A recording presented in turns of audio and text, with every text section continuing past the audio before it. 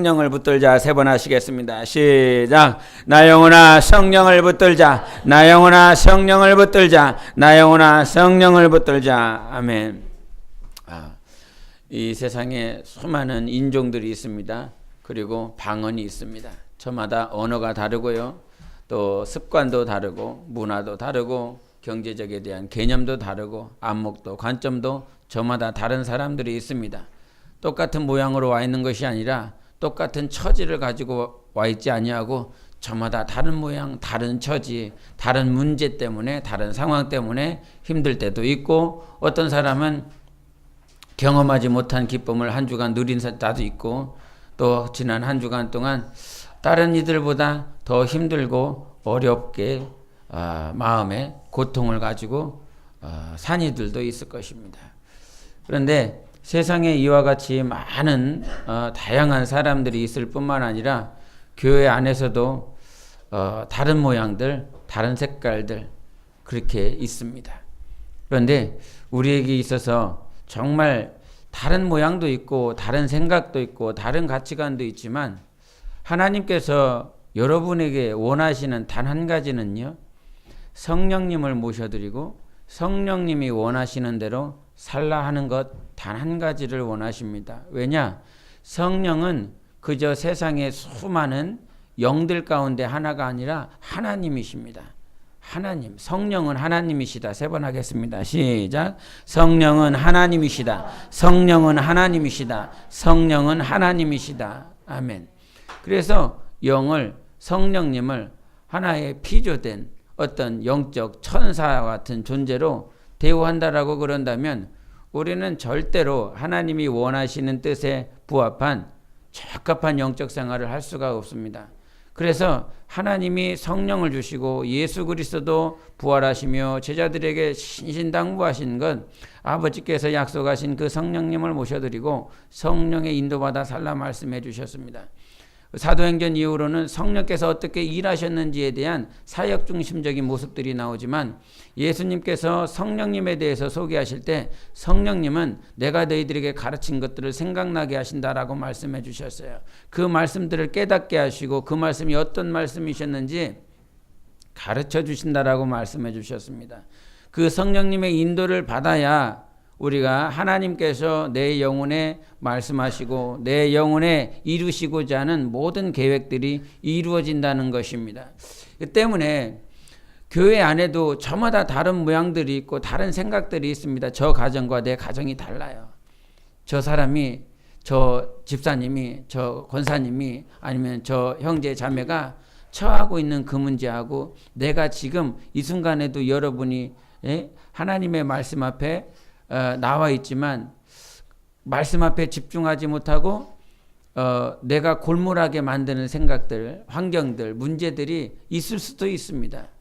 그런데 우리 하나님께서 우리에게 정말 요구하시는 것 단 한 가지가 있다면 다 다르지만 다 환경이 다르지만 하나님께서 또 여러분에게 저마다 다른 상황들을 요구하시고 다른 순종들을 요구하십니다. 그래서 어린아이들에게 요구하는 순종과 청년들에게 요구하는 순종과 노년에게 요구하는 순종이 전혀 다른데, 그런데 이 모든 어린아이든 청년이든 노년이든 하나님께서 동일하게 요구하시는 것은 무엇이냐면 성령으로 살아라. 성령님이 요구하시는 것이 무엇인지 알고 성령께 순종하며 살아라. 그것을 요구하십니다. 본문에는 아나니아라고 하는 사람이 나옵니다. 우리가 이 사도행전 5장에 아나니아라고 하는 사람이 참 유명해요. 참 너무너무 유명한 사람입니다. 그래서 뭐 교회 다니고 예배 드려보고 하다 보면 아나니아라고 하는 이 사람에 대해서 자주 듣기 때문에 이 사람이 이런 사람이구나라고 알 수 있습니다. 그런데 이 성경에는 아나니아라고 하는 인물이 3명이 나옵니다. 이 3명의 인물이 나오는데 첫 번째 인물이 오늘 본문에 나와 있는 아나니아예요. 근데 이 아나니아라고 하는 이름의 뜻은 하나님은 은혜로우시다라고 하는 뜻을 가지고 있는 이름입니다. 그런데 그 은혜를 가지고 그 은혜를 누렸고 성령으로 말미암아 하나님이 어떤 분이신지 알고 성령의 충만함을 받고 그와 같이 하나님의 은혜를 풍성히 받았었던 이 아나니아라고 하는 이 존재는 영원히 예수 그리스도께서 부활 승천하시고 성령이 모든 영혼들에게 임하여 방언을 말을 하게 하고 성령의 임재를 경험한 그 역사 이래로 그 이후로 성경을 통하여 이 아나니아라고 하는 인물은 크리스찬들에게 영원히 부정적인 인물이 되어버렸습니다. 주께서 교회를 세우신 이후로 아나니아라고 하는 그 이름이 증거될 때마다, 아나니아라고 하는 사람에 대해서 소개될 때마다 이 사람은 영원히 부정적인 샘플이 되어버렸습니다. 하나님 앞에 성령의 충만함을 누렸고요. 성령의 음성을 들었습니다. 그렇게 살아보려고 했습니다. 그러나 결국은 성령의 인도하신 대로 살지 못하고 자기의 감정과 자기의 욕심 때문에 영원히 크리스찬들에게, 여러분들에게도 나 아나니아와 같은 사람이 되겠습니다라고 아멘할 사람이 하나도 없습니다. 처음에 교회 나와서 아나니아가 누군지 몰랐을 때 아나니아 같은 사람이 되십시오라고 듣고 나서 전혀 그 사람이 어떤 사람인지 몰라서 아멘할 수 있습니다. 그런데 아나니아가 어떤 인물인지 안다라고 그런다면 아나니아와 같은 사람 되십시오. 아나니아를 본받으십시오. 그렇게 말할 목회자도 없고요. 그 말을 듣고 아멘할 사람도 아무도 없습니다. 결국은 이는 성령을 대적하고 그의 혼이, 그의 영혼이 육체를 떠나가 하나님과 전혀 상관없는 결과를 맞이했었던 사람입니다. 과연 교회 안에 여러 사람들이 있습니다. 여러 직분자들이 있습니다. 신앙이 전혀 다른 사람들이 있습니다. 내 삶 가운데 과연 내가 하나님 앞에서 긍정적인 사람으로, 내가 정말 하나님이 칭찬하시는 사람으로 샘플이 될 것인가? 아니면 영원히 이 교회에, 아니면 지체들에게 영원히 부정적인 샘플로 내가 남을 것인가 라고 하는 건 단 한 가지입니다. 성령님께서 원하시는 대로 살 것인가? 아니면 성령님께서 원하시는 대로 살다가 육체로 마칠 것인가? 또 성령이 인도를 전혀 경험하지 못하고 성령의 임재도 경험하지 못하는 그냥 신자로서 삶을 마감할 것인가? 그것은 여러분이 이 땅의 영적 생활하면서 지금 결정해야 될 것입니다. 지금 당장 주님께서, 오늘 하나님께서 우리에게 요구하시는 것은 무엇이냐? 단 한 가지입니다. 오늘 말씀 처음부터 끝까지 단 하나예요. 성령으로 살래 말래? 성령님의 인도하심을 따라 순종할 것이냐 말 것이냐, 그거 단 한 가지를 요구하시는 것입니다. 예수 그리스도를 믿고 성령님을 모셔드리고 성령을 모셔드리고 내 안에서 임재하신 그분의 인도 따라 살 것이냐 말 것이냐, 그것을 결단하고 그렇게 살아갈 때에 하나님께서는 분명한 성령의 보증하심과 하나님의 위로도 있고요, 하나님의 은혜로 풍성한 삶을 살아갈 수 있습니다. 그러나 성령의 인도를 경험했음에도 불구하고 성령으로 시작하였다가 육체로 맞춰지는 사람들의 모습을 갈라디아서에 분명히 하나님께서 말씀해 주셨습니다. 다 성령을 모셨다라고 해서, 하나님의 영을 모셔드렸다라고 그래서 하나님의 영의 인도를 받아 끝까지 살아가는 것이 아니라 결국 중간에, 중도에 사람의 입장, 사람의 감정, 사람의 모양으로 맞춰지는 사람도 있다라고 하는 것입니다. 그래서 우리가 하나님 앞에 섰을 때에 하나님이 원하시는 그 모양으로 하나님 앞에 드릴 것인가, 아니면 내 육신의 모양으로 드려질 것인가 라고 하는 것 지금 결정하십시오. 지금 결정하세요. 우리가 하나님 앞에 드려지는 모습들이 지금 오늘 아나니아의 모습이 나왔는데, 아나니아는 성령의 충만함을 받고 은혜를 받아서 내가 가지고 있는 땅을 팔아서 하나님 앞에 드려야 되겠다, 이렇게 결단했습니다. 그러한 평생에 살면서 그와 같은 결단을 하게 하시는 성령의 인도를 아나니아가 받았었던 그 감동처럼, 명령처럼 여러분도 받을 수 있을까요? 주님께서 지금 초대교회 영혼들에게 있어서 힘들고 어려운 자들, 필요한 자들을 위해서, 야, 너는 네가 가지고 있는 것을 팔아서 하나님 앞에 드리고 교회에 드려서 정말 필요한 자들을 위해서 네가 가지고 있는 모든 소유가 저들을 위해서 유익이 될 수 있도록 하나님 앞에 드릴 수 있겠느냐라고 하는, 드려라라고 하는 그 감동, 드려라라고 하는 그 말씀에, 그 명령에 순종해서 아나니아가 이렇게 드렸는데, 아나니아가 비록 부정적인 샘플로, 부정적인 인물로 영원히 그렇게 남겠지만 그가 하나님 앞에 드려질 때 자기의 땅을 하나님 앞에 드리려고 팔았습니다. 과연 여러분의 삶 가운데 과연 그와 같은 순간들이 하나님께서 요구하시는, 하나님은 아무에게 요구하시지 않습니다. 들을 수 있는 자에게 요구합니다. 감당할 수 있는 자에게 요구하십니다. 그래서 그 요구가 들려졌을 때 과연 내가 하나님 앞에 드릴 수 있는 그러한 마음의 밭을 가지고 있는가? 여러분이 신앙생활하면서 과연 그런 기회가 한 번이나 올까? 두 번 올까? 한번 생각해 보십시오. 나에게 하나님께서 요구하시는 그런 요구가 한 번이라도 올까? 두 번이라도 올까? 한번 생각해 보십시오. 비록 아나니아는 부정적인 샘플로 남았지만 그가 하나님께서 요구할 수 있는 자로 성령의 충만함과 성령의 감동 감화를 받아서 그와 같이 밭을, 땅을 팔아서 하나님 앞에 드리는 삶을 드렸습니다. 그런데 하나님은 그를 받지 않으셨어요. 왜? 하나님 앞에 온전하게 드려지지 못하는 그런 모습들이 있었기 때문에 자기가 판 값에서 얼마를 감추고 하나님 앞에 드렸습니다. 전혀 받지 않았어요. 근데 그 공동체 안에는 그저 아나니아만 자기 땅을 팔아서 드려지는 사람만 있었던 것이 아니라, 우리 한번 4장을 보시겠습니다. 4장 36절과 37절을 보시겠습니다. 시작. 그부로에서 난 레위족 사람이 있으니 이름은 요셉이라 사도들이 일컬어 바나바라 번역하면 위로의 아들이라 하니 그가 밭이 있음에 팔아 그 값을 가지고 사도들의 발 앞에 두니라. 아멘. 어떤 인물이 나옵니까? 요셉이라고 하는 바나바가 나옵니다. 근데 그 바나바도 역시도 성령의 충만을 받고 하나님의 명령을 받아서 그에게도 동일한 감동이 있었습니다. 아나니아만 영감을 받고 하나님의 말씀을 받은 것이 아니라 바나바도 동일하게 감동과 그 교회에 주시는 감동이었고 그 초대교회에게 동일하게 성령께서 역사하셨기 때문에 그 성령의 요구를 들을 수 있었던 바나바와 아나니아도 그 요구를, 하나님의 요구를 들었습니다. 그 하나님의 요구하심을 들었고 바나바도 자기가 가지고 있는 땅을 팔아서 하나님 앞에 드렸고 아나니아도 하나님의 요구를 알았기 때문에 자기의 땅을 팔아서 하나님 앞에 드렸습니다. 드려지는 모양은 똑같았습니다. 사람에게 보이는 것이었기 때문에, 사람 눈에 보이는 것이었기 때문에 바나바도 하나님 앞에 드렸고 아나니아도 하나님 앞에 드렸습니다. 똑같은 모양이라는 거예요. 우리가 신앙생활 하다 보면 여러분이 하는 행동, 저 사람이 하는 행동과 내가 하는 행동, 저 사람이 드려지는 모습과 내가 드려지는 모습이 차이 없게 사람의 눈에는 똑같이 보일 때가 있습니다.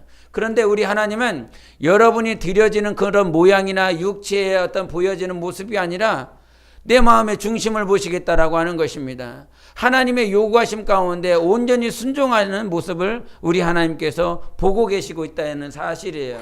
그래서 우리가 이 모습을 통해서 아나니아와 바나바의 모습을 이렇게 비교하면 과거 창세기의 가인과 아벨의 모습을 통해 그렇게 올라옵니다. 가인이 하나님 앞에 드렸던 것과 아벨이 하나님 앞에 드렸던 모습들이 똑같아요.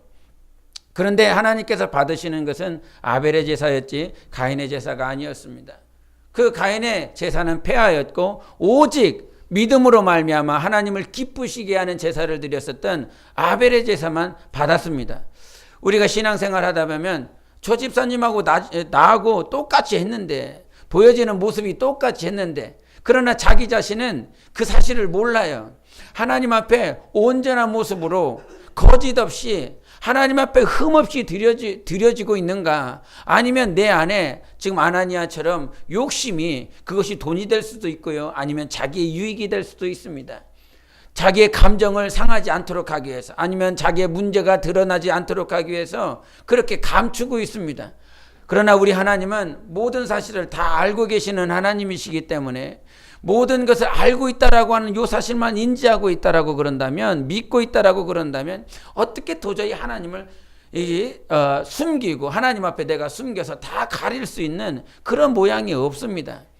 하나님 앞에 신앙생활을 할 때에 내가 정말 온전한 모양으로 온전한 모습으로 하나님 앞에 드리고 있는가, 아니면 내가 거짓을, 지금 내가 하나님 앞에 들통나지 않는 모습들을 다 감추고 사람들에게는 온전해 보여요. 사람들에게는 잘하는 것 같아요. 저 그렇게 판단이 되어져요. 열심히 하는구나, 잘하는구나. 그러나 하나님이 보시는 건 좀 서두에도 말한 것처럼 네가 성령으로 하고 있느냐 하는 것입니다.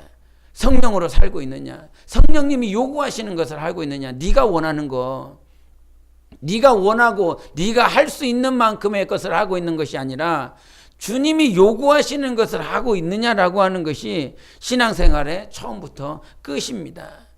그래서 신앙생활을 하다 보면 정말 그 잘못된 샘플을 쫓아서 가다 보면 그 아나니아의 아내가 누굽니까? 삽비라 있지 않습니까? 삽비라는 누구를 쫓아갔냐면 자기 남편을 쫓아갔습니다. 성령의 모양도 있고 성령의 감동을 받은 모양도 있지만 육체의 욕심을 가지고 있는 그 모양을 가지고 있었던 남편의 모양을 그렇게 쫓아갔습니다.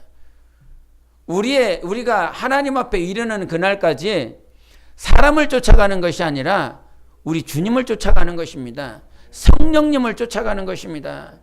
성령님을 쫓지 아니하고 성령으로 살려고 하는 사람을 쫓지 아니하고 육체의 모습을 쫓아서 살아가려고 하는 그 사람을 그대로 쫓아간다고 생각해 보십시오. 예수님께서도 비유로 말씀하셨지만 소경이 소경을 인도하면 다 구렁텅이에 빠진다라고 그랬습니다. 우리는 소경을 보는 자가 아니라 의인이신 예수 그리스도, 의로우신 한 분 예수님을 쫓아가는 것입니다. 그런데 그렇게 쉽지 않아요. 얼마나 어려운지 모릅니다. 우리가 의로우신 예수 그리스도만을 쫓아간다라고 말을 하고 있지만 그렇게 결단하고 날마다 기도하고 하나님 도와주세요. 주님만을 보고 가고 싶습니다. 주님만을 따르길 원합니다. 진정한 크리스천이 되길 원합니다. 여러분도 매스컴을 통해서 듣지만 어떤 장로가, 어떤 권사가, 어떤 집사가, 어떤 목사가 어떤 부정적인 것들이 막 이렇게 부각되어져 있습니다. 그들이요 맨 처음부터 나 이와 같이 살래, 나 이와 같이 더러운 길로 갈래, 세상이 욕하는 길로 갈래, 그들이 가고 싶어서 가지 않았습니다. 목회자들이요 신학교 다니면서 신학교 학부뿐만 아니라 대학원 다니면서 그들이 날마다 기도합니다. 골방에 들어가서 정말 주님께서 맡겨주시는 사명에 내가 충성하며 살리라, 하나님 모든 것 부정하면서 살겠습니다, 모든 것 부인하면서 살겠습니다, 내려놓고 살겠습니다. 그렇게 기도한 자들입니다. 그렇게 기도하고 하나님께서 개척하게 하셔서, 그렇게 기도하게 하셔서 저 지하 골방에서 정말 그 추운 겨울날에 땀이 날 정도로 기도하면서 준비하며 살아갔었던 사람들이 어느 순간 욕심과 정욕과 유혹과 미혹에 빠져서 그렇게 가고 있습니다. 그런데요 놀라운 건 뭐냐면 자기가 그렇게 가고 있다라고 하는 사실을 못 봅니다. 신기합니다. 원수는 우리의 눈과 귀를 가렵니다.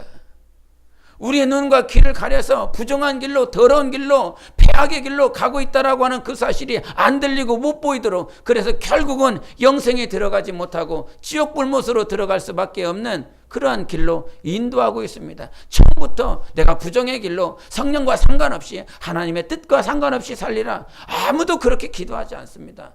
이 자리에서 말씀을 듣고 있는 여러분 역시도 다 그럴 것입니다. 하나님 성령으로 살게요. 끝까지 하나님의 말씀 붙들고 살게요. 그러나 쉽지 않습니다. 그래서 우리는 연약하다는 거예요. 내가 날마다 여러분 무슨 기도 응답을 받고 하나님께서 좋은 환경으로 정말 더 많은 것으로 큰 것으로 갚아주시면 마치 자기가 믿음이 좋고 믿음이 대단한 사람으로 생각합니다. 그러나 넘어지는 건 일순간인 거예요. 신앙생활하며 양육하며 가르치고 이렇게 사십시오, 이렇게 또 은혜를 끼치고 은혜로 말미암아 힘을 얻고 또 그렇게 성장하고 막 성장이라고 하는 시간은 막 10년, 20년, 30년 걸린 것 같은데 엎어지는 것은요 순식간입니다. 성령으로 막 부흥에 참여하고 막 부흥에 막 철야하며 금식하며 그렇게 하나님을 매달리며 성장했었던 영혼이 어느 순간 넘어지는 것 일순간이더라고요. 원수는요 단번에 넘어뜨립니다. 그래서 하나님 앞에 내가 연약한 것을 계속 주장하세요. 하나님 저 연약합니다. 이게 자랑이 아니라 뭐 세상 사람들에게 뭐 믿는 자들에게 또 우리 지체들에게 나는 연약해요. 이게 막 밖으로 내 던지면서 막 자랑할 거리는 아닙니다. 그런데 하나님 앞에서 해야 될 것이 있습니다. 하나님 앞에서만큼은 해야 됩니다. 주님 다 연약해요. 하나님보다 온전한 자가 없고요, 하나님보다 완전한 자가 없습니다. 어느 순간 넘어질 수 있는 환경이 내 앞에 딱 온다라고 그런다면 삽비라도요 성령이 충만했다고요. 초대교회 모든 영혼들이요 성령의 충만함을 받았다고요. 성령의 충만함 받으면 어떻게 됩니까? 앞뒤 안 잽니다. 앞뒤 앉아요. 제가 대학교를 그만뒀던 것도 그 당시에 성령의 인도를 받고 하나님께서 기도하게 하시고 하나님의 요구를 듣고 분별할 수 있어서 앞뒤 앉았습니다. 앞뒤 앉고 그렇게 나아가게 합니다. 그 당시에 아나니아와 삽비라도 역시도 그 초대교회의 성령의 일하심을 통해서 앞뒤 앉고 하나님 앞에 헌신하기로 작정했습니다. 그런데 삽비라 입장에서 보면 정말 성령으로 살겠다고 했던 그 남편을 쫓아서 그렇게 우리 헌신하십시다. 하나님 앞에 드리십시다. 그 말을 듣고 땅값을 팔았지만 자기 안에 결국 얼마를 감추어서 아나니아도 죽었을 뿐만 아니라 삽비라 역시도 자기의 혼이 육체로부터 떠나 그도 멸망하였습니다. 성령으로 시작하였다가 성령으로 맞춰지는 것이 얼마나 큰 복인지를 알아야 되는 것입니다. 이 많은 크리스찬들, 오늘도 전 세계 수많은 크리스찬들이 있지만 성령으로 시작하였다가 육체로 안 마치고 성령으로 끝까지 마치는 사람이 과연 몇 %나 있을까요? 이 지구에 20억 되는 인구가 있다라고 그러는데 캐톨릭까지 다 포함한 숫자입니다. 그 가운데 개신교는 정말 개신교는 얼마 되지 않습니다. 몇 % 되지 않습니다. 그 몇 % 되지 않는 그 개신교 안에서 성령을 말하고 성령의 임재를 경험하고 방언을 말을 하고 성령을 모셔드린 사람은 오히려 또 퍼센테이지가 얼마 되지 않습니다.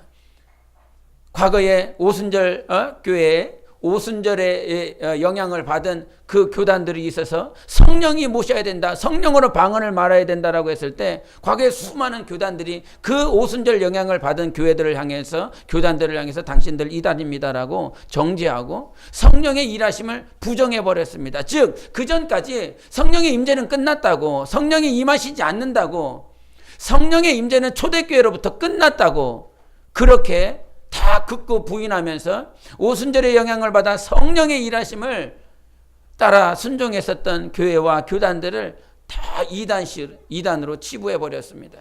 그처럼 성령의 일하심과 성령의 임재를 경험하지 않은 많은 영혼들이 있다고요. 그런데 그 가운데서 당신이 성령 모셔드렸습니다.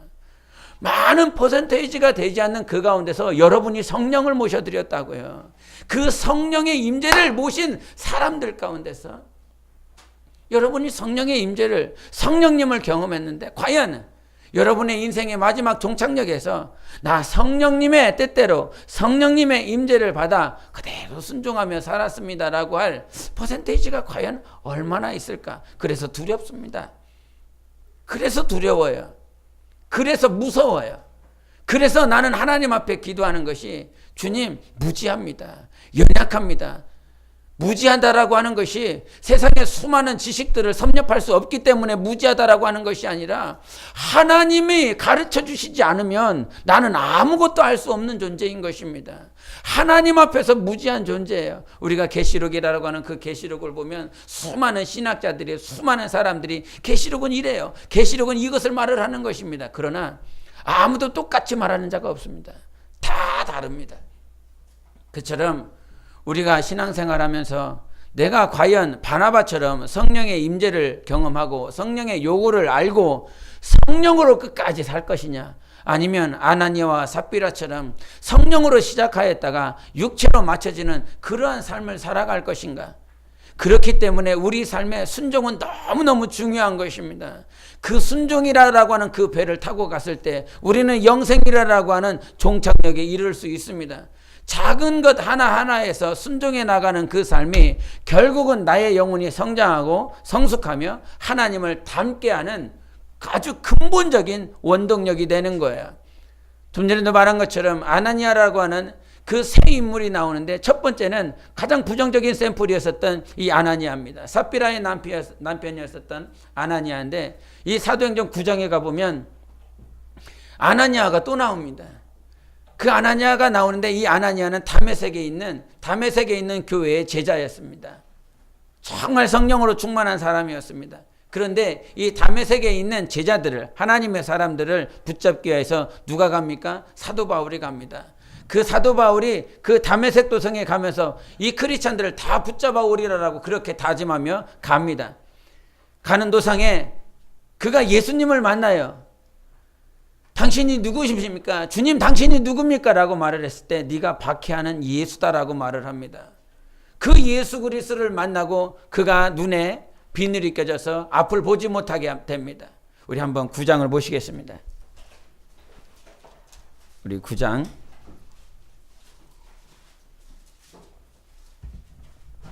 사도행전 9장입니다. 우리 5절부터 9절까지 보시겠습니다. 5절부터 9절입니다. 시작.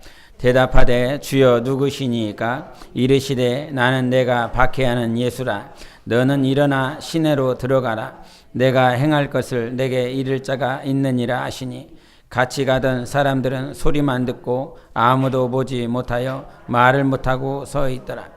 사울이 땅에서 일어나 눈은 떴으나 아무것도 보지 못하고 사람의 손에 끌려 다메섹으로 들어가서 사흘 동안 보지 못하고 먹지도 마시지도 아니하니라. 아멘. 오늘은 계속 성경만 말을 할 것 같습니다. 성경에 있는 내용들만 얘기할 것 같습니다. 그래서 힘들 수도 있을 것 같은데, 다메섹에 갔었던 그 사도 바울이 예수 그리스도를 만나고 그 예수 그리스도를 만나고 난 다음에 직가라고 하는 그 작은 읍내로 들어갑니다. 그 직가라고 하는 그 작은 읍내에 들어가서 그가 했었던 것이 무엇이냐면 9절을 한 번 더 읽겠습니다. 시작. 사흘 동안 보지 못하고 먹지도 마시지도 아니하니라. 아멘. 근데 여기서 사흘 동안 보지도 못하고 먹지도 마시지도 아니하니라, 요 말씀이 지금 안 보여서 먹지 못하고 보지 못하는 것 같습니까? 여러분 생각에 지금 사도 바울이 지금 눈이 가려져서 갑자기 시각장애인이 되어서 보지도 못하고 보지 못하기 때문에 먹지도 못하고 마시지도 못하는 그러한 삶을 살아 그 순간을 보냈을 것 같습니까? 전혀 그렇지 않습니다. 3일 동안 그가 3일 동안 앞도 보지 못하는 그 상황 가운데서 아무것도 안 먹고 아무것도 마시지 않는 그 상황은 지금 배가 불러서 그런 것이 아니라 지금 자기가 사는 날 동안, 자기가 정말 평생에 사는 날 동안 유대교에 심취했고 가말리엘이라고 하는 선생에게 말씀을 들어가면서 그렇게 유대교에 심취해 있었습니다. 그리스도는, 예수는 정말 예수님의 제자들이 지금 예수가 부활하셨다, 우리가 그렇게 고대하고 고대했었던 그리스도가 왔었고 그 그리스도를 너희들이 십자가에 못 박여 죽였으며 그 죽이신 예수 그리스도는 죄가 없으신 하나님이시기에 부활하시고 승천하셔서 이제 영광보좌에 계신다. 그 영광보좌에 계시는 예수 그리스도를 너희들의 친손으로 죽였느니라. 근데 그 친손으로 죽인 자가 누구냐면 자기였습니다. 자기였어요. 유대교에 심취해서 그리스도는 없어, 아직 오지 않았어. 그리고 그 유대교, 여호와 하나님이 진짜 하나님이다, 예수는 하나님의 아들이 아니다, 하나님이 아니다라고 그래서 그를 대적하였고, 마찬가지로 예수 그리스도가 정말 하나님이시다라고 고백했었던 스데반 집사를 자기 눈앞에서 돌로 쳐 죽여라라고 하는 그 말에 가편투표하면서 찬성하며 기뻐했었던 자가 사도 바울이었습니다. 지금 그런데 그 다메섹 도성에 예수 그리스도를 믿는 자들을 잡으려고 가는 그 길에 예수 만났습니다. 네가 지금까지 박해했었고 네가 지금까지 핍박했었던 나다. 네가 부정하고 네가 부인하고 네가 반대했었던, 박해했었던 나다, 예수다라고 하는 그 음성을 들었습니다. 예수를 만났어요. 그 전까지는 생각이, 믿음이 정말 우리 바리새인들이, 장로들이 죽였었던 그 예수는 하나님이 아니라라고 하는 식권, 정말 확고한 신념이 있었습니다. 그래서 죽이는데도 전혀 양심에 꺼리낌 없이 죽였습니다. 근데 예수 만났어요. 근데 하나님 만났어요. 네가 핍박하고 있었던 예수다, 하나님이다, 메시아다, 그 말을 들었습니다. 여러분, 식음을 전폐해야 되는 상황이 벌어진 것입니다. 그렇게 자기 신념 가지고 자기의 확고한 가르침을 가지고 죽이는 일을 서심없이 하다가 정말 내가 그 죽였었던 자들, 그리고 내가 핍박했었던 예수 그리스도가 진짜 하나님이었네, 진짜 그분이 부활하셨네, 진짜 그분이 승천하셨고 영광보좌에 계시네, 정말 그렇게 자기 신념 가지고 다 죽였는데 이제 정작 당신이, 사도 바울이 박혀 있었던 예수를 만났습니다. 보지 못해서 지금 시각장애인이라서 먹지 않고 마시지 않는 것이 아니라 자기의 모든 신념이 틀렸다라고 하는 것, 자기가 가말리엘에게 들었었던 모든 교리와 모든 교육이, 율법이, 계명이 다 틀린 것이었습니다. 그래서 먹지 못하고 보지 못하고 그 보지 못하는 상황 가운데서 식음을 전폐하며 그가 한 것이 있습니다. 11절 보겠습니다. 11절 시작. 주께서 이르시되 일어나 집가라 하는 거리로 가서 유다의 집에서 5사람 사울이라 하는 사람을 찾으라. 그가 기도하는 중이니라. 아멘. 기도했다는 것입니다. 나의 거짓된 감정들, 나의 거짓된 교리들, 가르침들, 그렇게 그것이 자기를 속이고 그렇게 거짓된 삶을 살다가 살아계신 하나님을 만났어요. 진짜 주님을 만났어요. 그러면 하게 되는 것이 뭐냐면 기도예요. 주님을 정말 만나면, 살아계신 하나님을 정말로 경험하면 그 사람은 하나님 앞에 무릎 꿇고 기도하게 되어 있습니다. 그런데 이와 같이 기도하고 있었던 사도 바울을 전면에 세계에 전 인류에게 복음을 증거하는 일에 이 사도 바울을 끄집어낸 사람이 있습니다. 10절 보겠습니다. 시작. 그때에 다메섹에 아나니아라 하는 제자가 있다니 주께서 환상 중에 불러 이르시되 아나니아야 하시거늘 대답하되 주여 내가 여기 있나이다 하니, 누구를 불러내냐면 아나니아를 불러냅니다. 저 다메섹 도성에 집가라고 하는 거기에서 살고 있었던 그 아나니아라고 하는 작은 제자를 하나님께서 불러내십니다. 아나니아를 불러내면서 지금 시각장애인이 되어서 3일 동안 식음을 전폐하며 기도하고 있었던 사도 바울을 찾아가라고 말씀하십니다. 그 말씀에 자기가 하나님 앞에, 아나니아가 하나님 앞에 드린 말씀은 무엇이냐면, 얘가요, 이 바울이라고 하는, 사울이라고 하는 이 사람이 다메섹에 있는 사람들 다 붙잡아라고 왔다라고 하는 내가 사실을 아는데 어떻게 갑니까? 두려움이 밀려왔습니다. 가면 붙잡힐 것을 알았기 때문에 그래서 하지 않으려고 그랬습니다. 그런데 하나님께서 그에게 다시 한번 말을 합니다. 내가 저를 이방의 사도로, 이방의 복음을 전하는 자로 내가 저를 쓸 것이니 너 가라 그럽니다. 결국은 아나니아가 갑니다. 순종을 합니다. 순종을 하며 집가에 가서 하나님께서 결국은 그에게 안수하시고 그의 시각을 다 열어주시고, 사도 바울이 누구에게 침례를 받았냐면 아나니아에게 받습니다. 저 다메섹에 있었던 아나니아라고 하는 작은 제자에게 침례를 받고 성령을 모셔들고 성령을 경험하고, 그렇게 결국은 거기서 침례 받고 예루살렘에 가서 복음을 전하고 이제 죽을 만한 환경들 가운데 계속 그가 사용을 받습니다. 무엇을 말하고자 하는 것이냐면, 우리가 신앙생활 하다 보면 자기 스스로 어느 순간 작은 것이라 생각을 합니다. 적은 것이라고 생각을 합니다. 그런데 아나니아의 순종은요, 그냥 집가에 가서 하나님이 하라는 대로 그냥 사도 바울 만나는 것이었습니다.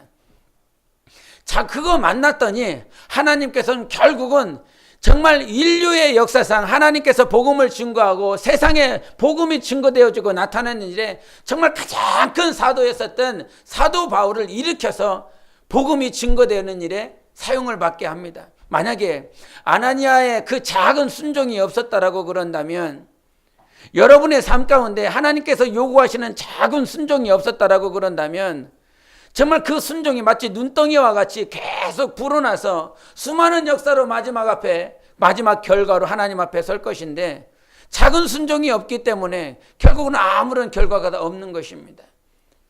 이 세상에 이런 말이 있습니다. 나비 효과라고 하는 그 말이 있습니다. 나비 효과. 미국에 있는 어떤 지식인이 그 나비 효과라고 하는 첫 단어를 썼는데, 그 나비 효과라고 하는 건 브라질에 있는 그 우림에서 그 나비가 아마존에 있는 그 수많은 숲풀에서 나비가 한 번 날갯짓을 하면 그 한 번 날갯짓 한 것에 영향을 받아서 옆에 있었던 것들이 식물들, 나무들, 동물들 모든 것들의 영향을 받아서 결국은 그 영향이 미국 텍사스에 있는 그 기상을 변화시킨다라고 하는 것이죠. 누구의 날갯짓이? 나비 한 번의 날갯짓이 그렇게 변화시킨다라고 하는 것입니다. 우리 삶에 여러분이 한 번 순종하는 것이 하나님께서 어떠한 변화로, 어떠한 역사로 여러분 삶의, 교회의, 가정에 변화시킬지 아무도 모르는 것입니다. 그런데 자기 스스로는 그것을 작은 것이라 생각하여 순종하려 하지 않습니다.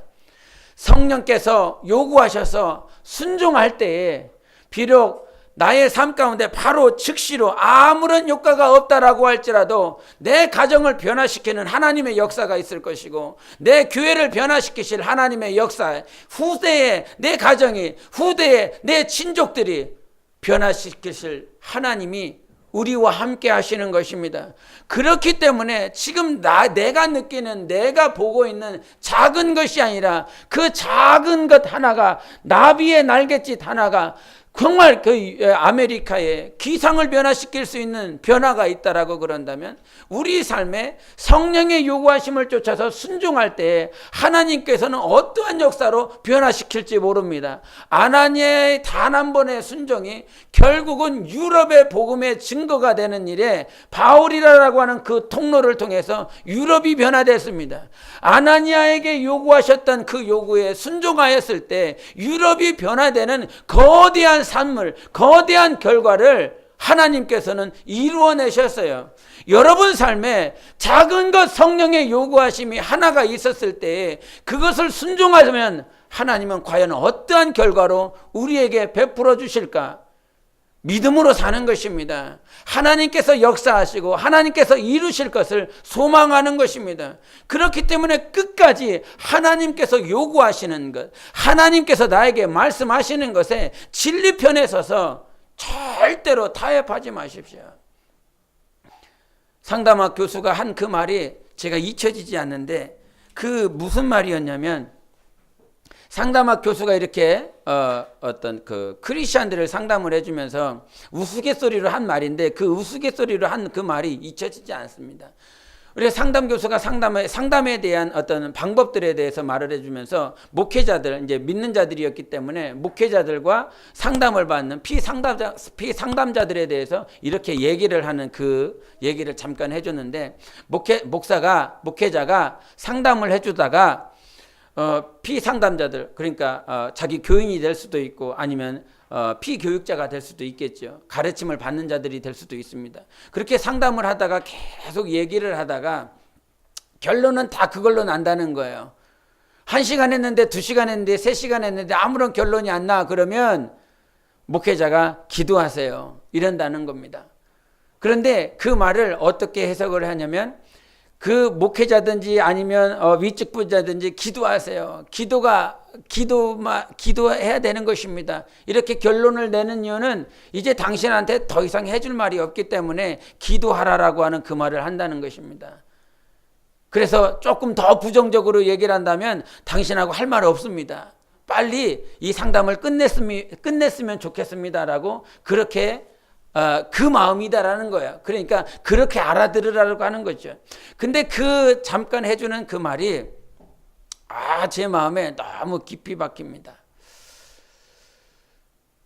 목회자가 더 이상 해줄 말이 없기 때문에, 아니면 윗직분자가 더 이상 해줄 말이 없기 때문에 기도하라 라고 하는, 그렇게 결론이 내버린다면 과연 예수께서 우리들에게 가르쳐주신 당신 기도하세요 라고 하는 그 말은, 예수님께서 제자들에게, 예수님께서 당신을 따르는 많은 무리들에게 나는 너희들하고 할 말 없다, 나는 너희들하고 더 이상 할 말 없으니까 기도해라, 그것이 아니었습니다.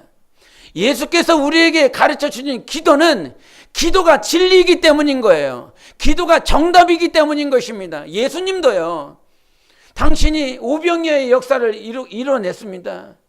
많은 무리들에게 어린아이가 가져온 그 오병이어를 통해서 정말 이 12바구니 남길 만큼 그렇게 역사하셨어요. 그렇게 역사하시고 나셔서 예수님이 한 것이 무엇입니까?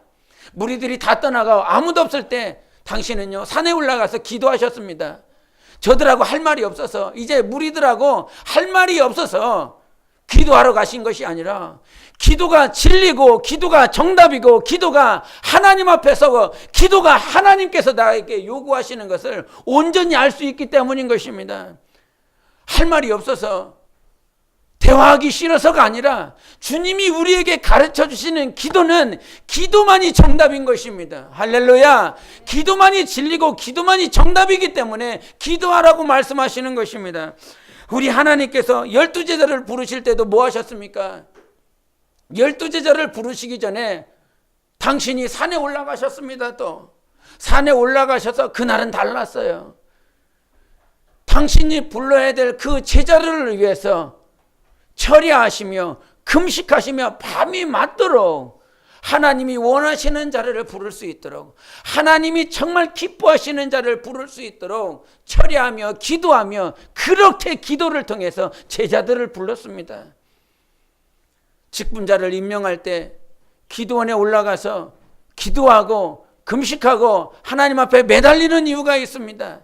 내 감정대로 직분자 세우지 않고 내가 원하는 사람 세우는 것이 아니라 하나님이 기뻐하시는 사람 세울 수 있도록 하나님께서 요구하시는 사람을 세울 수 있도록 그렇게 하나님 앞에 매달리며 기도하는 것입니다. 시간이 남아서 나 기도하러 왔어요 누군가에게 자랑하기 위해서 기도하는 가는 것이 아니라 정말 하나님이 요구하시는 사람, 하나님이 정말 세우시기를 원하시는 사람을 직분자로 세우기 위해서 그렇게 주님 앞에 매달렸습니다. 예수님만 그랬습니까? 사도 바울도 그랬습니다. 사도 바울이 우리에게 기도하라고 가르쳐 주시는 것을 그가 로마 감옥에 있었을 때 빌립보 교회, 에베소 교회, 골로새 교회에게 하는 말씀 가운데 그 모든 끄트머리에 기도를 강조했습니다. 에베소서 6장 18절에 이런 말씀하십니다. 모든 기도와 간구를 하되 항상 성령 안에서 기도하고 이를 위하여 깨어 구하기를 항상 힘쓰며 여러 성도를 위하여 구하라. 빌립보서에 말합니다. 4장 6절에 아무것도 염려하지 말고 다만 모든 일에 기도와 간구로 너희 구할 것을 감사함으로 하나님께 아뢰라. 골로새 교회 보낸 편지입니다. 4장 2절에 기도를 계속하고 기도에 감사함으로 깨어 있으라. 사도 바울이 할 말이 없어서 기도하라고 그러는 것이 아니라 기도를 해야 성령의 인도를 받는 것입니다. 기도를 해야 주님의 음성을 듣는 것입니다. 기도를 해야 성령으로 시작하여 성령으로 마칠 수 있는 것입니다. 할렐루야. 기도하십시오. 기도 안 하는 말이 어떤 세상적으로 좋은 말처럼 들리기 때문에 기도를 하면 세상적으로 많은 복을 누릴 수 있기 때문에 기복신앙이라고 그러지요. 복을 구하는 기도. 기복신앙, 그 기도를 통해서 많은 복을 받으라고 해서 받자고 해서 기도하라고 하는 것이 아니라 우리가 기도해야 되는 철저한 이유는 성령의 임재와 끝까지 성령의 인도를 받기 위해서 그래서 우리가 기도하자라고 예수님도 말씀하셨고 수많은 사도들이 그렇게 말을 했습니다. 그렇기 때문에 그분은 상담학 교수는 농담으로 얘기한 건데 저는 다시 한번 곰곰이 생각해 보게 되더라고요. 정말 기도가 우리에게는 필요한 것입니다. 기도가 우리에게는 정말 중심이 막 잡혀 있어야 됩니다. 그렇게 기도하는 자들을 하나님께서 성령으로 쓰시고 끝까지 마지막 때에도 이길 수 있습니다. 기도하는 자가요 끝까지 이깁니다. 기도하는 자가요 이 세상을 넉넉히 이길 수 있는 것입니다. 힘없는 자가 기도하는 것이 아니라 무지하고 연약한 자가 기도하는 것이 아니라 이 세상을 넉넉히 이길 수 있는 자가 기도하는 것입니다. 그렇게 하나님께서 우리에게 요구하실 때 성령으로 끝까지 살면 우리는 성령으로 살겠습니다라고 하고 이렇게 고백하고 결단한다라고 하는 그 증거가 있어야 됩니다. 기도하는 삶이 필요한 것이에요. 계시록 6장에 보면 이 인을 떼는 모습이 나옵니다. 사도 요한에게 두루마리를 보여주며 그 인을 떼는 그 모습들이 나옵니다. 그 두루마리를 떼실 수 있는 분은 누굽니까? 예수님 한 분밖에 없다라고 가르쳐 줍니다. 그 모든 실체를 마지막 때의 모든 영적 실체를 드러내 주실 분은 예수 그리스도 한 분밖에 없어요. 그런데 어떤 신학자가 한 말, 어떤 누가 가르쳐 준 말, 그거가 홍 넘어가고 이단들이 생기는 거 아닙니까? 모든 것을 가르쳐 주실 분은 우리 주님밖에 없어요. 내 안에 계신 성령님 한 분밖에 없어요. 그 성령님께서, 그 하나님께서 예수께서 인을 떼실 때에, 첫 번째 인을 떼실 때에 나오는 말이 있는데 그 말이 흰말입니다. 근데 그 흰말을 뗐을 때에 보는 관점이 어떤 거냐면, 이 세대 가운데 흰말이 떼지는, 흰말이 나왔었던, 첫 번째 인을 떼져서 흰말이 나왔을 때의 그 시점이 바로 그 식민지의 많은 그 종교개혁뿐만 아니라 산업혁명을 통해서 유럽의 땅이 많이 부흥했을 때 식민지들을 다 점령하고 그렇게 점탈하고 있는 그들의 그 시기가 바로 흰말이 나왔을 때라고 하는 거예요. 근데 두 번째 말이 나왔을 때는 붉은 말이 나오는데, 그 붉은 말은 소련이라고 하는 사회주의 체제 가운데서 그 공산주의가 아주 비대해졌을 때, 그때에 붉은 말이 나왔었다라고 하는 시점이 나오고, 세 번째 말이 나오는데 그 세 번째 말은 검은 말인데, 그 검은 말은 자본주의 세대를 말을 합니다. 미국을 중심으로 인해서 비대해지, 자본주의, 그 경제의 모든 관점이 가져 있는 이 자본주의 세대를 검은 말이 나왔었던 세대라고 말을 하고, 이제 마지막으로 나오는 말이 네 번째 말이 나오는데 그 말은 청황색 말입니다. 근데 그 청황색 말이 나왔을 때 우리 한번 보실까요? 계시록을 보겠습니다. 계시록 6장.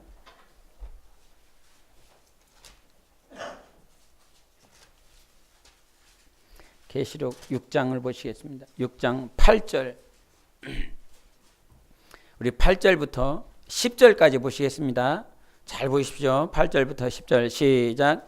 내가 봄에 청황색 말이 나오는데 그 탄자의 이름은 사망이니 음부가 그들이를 따르더라. 그들이 땅 4분의 1의 권세를 얻어 검과 흉년과 사망과 땅의 짐승들로서 죽이더라. 다섯째 인을 떼실 때에 내가 보니 하나님의 말씀과 그들이 가진 증거로 말미암아 죽임을 당한 영혼들이 제단 아래에 있어 큰 소리로 불러 이르되 거룩하고 참되신 대주제여, 땅에 거하는 자들을 심판하여 우리 피를 갚아주지 아니하시기를 어느 때까지 하시려 하나이까 하니. 이 말이 나오는데, 이 검은 말이 나와서 자본주의, 미국을 중심으로 통해서 이 자본주의가 팽배해지고 난 다음에 네 번째 말이 나올 때가 있는데, 그 네 번째 말이 나왔을 때는 청황색 말이 나옵니다. 근데 청황색 말이 나왔을 때는 이 사망이라는 거야. 다 죽인다라고 하는 거야. 그래서 이 관점은 어떤 관점이냐면, 이슬람과 세상의 수많은 종교들이 계속 부각을 해서 이젠 크리스찬들, 예수 그리스도를 믿는 자들을 다 멸절하고 핍박해서 죽음으로 말미암아 청황색 말이 역사한다는 것입니다. 그 죽음에 계속, 그래서 순교자들이 나오기 시작한다는 거예요.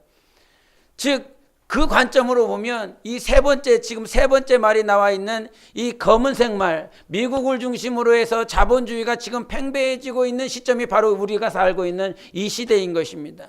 이 시간이 잠깐 지나고 나면 청황색 말에 네 번째 인을 띠는 청황색 말이 나오는데, 그 청황색 말이 떼지면 종교전쟁이 나온다는 거야.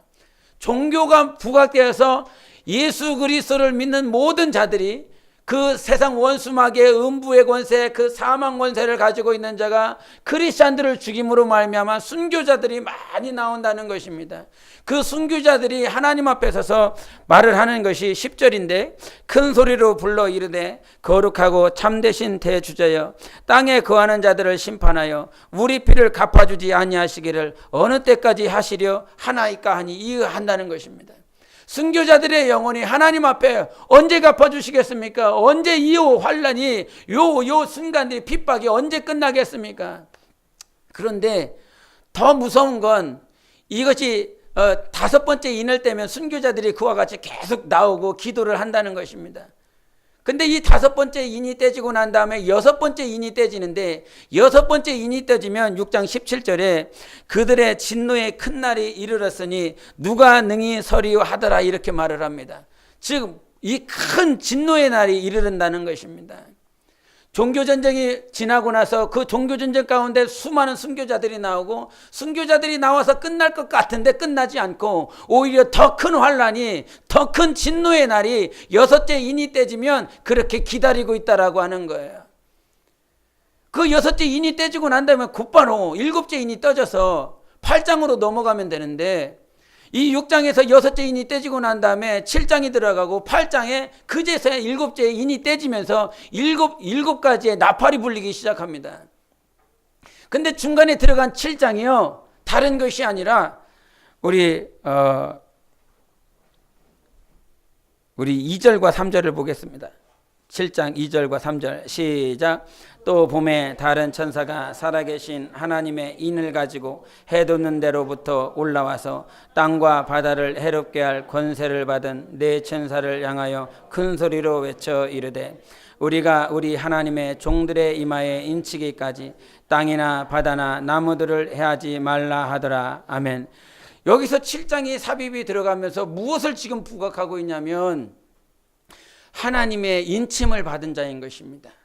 하나님의 인침을 받은 자, 성령을 모셔드린 자, 성령으로 살 수 있는 자, 성령으로 살려고 하는 자들을 7장에서 구분시키십니다. 그런데 그와 같이 성령으로 살려고 하는 자들을 하나님께서 그 대환란 가운데서도 구분하시고 구별하시고 보호하신다라고 하는 사실이에요. 대환란이 무서운 것이 아니라 우리가 성령으로 살려고 하지 않는 것이 더 무서운 것입니다. 가라지와 알곡이 함께 살아가고 있어요. 세상에 수많은 불신자들이 있고요, 이 교회 안에서도 가라지와 알곡이 있습니다. 그런데 가라지와 알곡 가운데서 정말 중요한 건 하나님께서 당신을 성령으로 인쳐주셨다면 끝까지 성령으로 살아가려고 할 때에 왜 성령으로 살아가려고 하지 않아요? 힘드니까, 어려우니까, 자기의 유익을 위해서 고통당하지 않으려고, 육체가 고통당하려 하지 않고 내 가정이 고통당하려 하지 않기에 그 욕심 때문에, 그 유혹 때문에 성령으로 살려고 했었던 것을 잠시 접고 내려놓습니다. 그렇게 잠시 접고 내려놨더니 더 큰 환난 가운데 아무도 못 견디고 죽는다는 것입니다. 잠시 잠깐의 유혹에, 잠시 잠깐의 그 고통을 피하기 위해서 더 큰 환난 가운데, 더 큰 진노의 날 가운데 하나님의 보호하심 없이 그렇게 멸망해버리고 만다는 것입니다. 우리가 영적 생활을 항상 승리해야 됩니다.